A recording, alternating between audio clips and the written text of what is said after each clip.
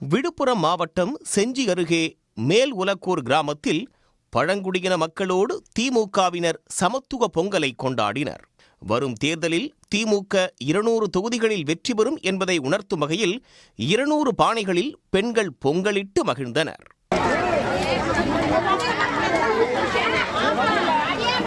கரும்பெல்லாம் கொடுத்து எங்களுக்கு அரிசி கொடுத்து புடவை கொடுத்து பொங்கல் கொண்டாடினான்னு சொல்லும்போது ரொம்ப பெரிய சந்தோஷம் எங்களுக்கு. அதுலேயே என்னன்னா இது புதுசு இந்த ஆட்சியிலன்றதுல எப்போ இருந்து இந்த எம்ஜிஆர் ஆட்சியில் கூட இருந்திருக்காங்க. எங்கள் மக்களை கூப்பிட்டு இந்த சமத்துவ பொங்கல் கொண்டாடுறது கிடையாது. இப்போதான் தளபதி ஆட்சியில் தான் இது முதல் தடவை பண்ணுறாங்க. இது எங்களுக்கு ஒரு பெரிய பெரிய சந்தோஷம். அத்தனை பேரும் விரதம் இருந்து 200 பொங்கல்களை வைத்திருக்கின்றார்கள்.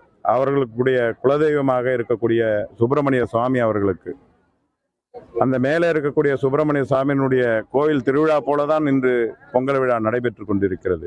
சிவகங்கை மாவட்டம் கீழடி அருகே தென்னந்தோப்பு